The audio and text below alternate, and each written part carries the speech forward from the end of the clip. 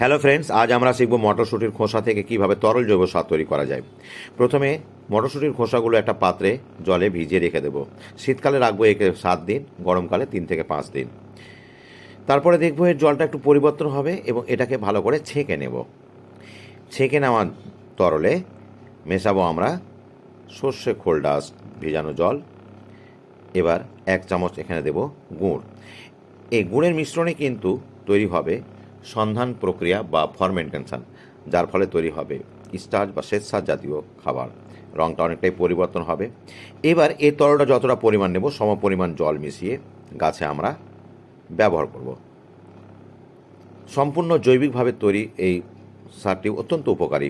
পছন্দ হলে অবশ্যই ফলো করবেন এবং সাবস্ক্রাইব করবেন ইউটিউব থেকে দেখলে। ভালো থাকবেন।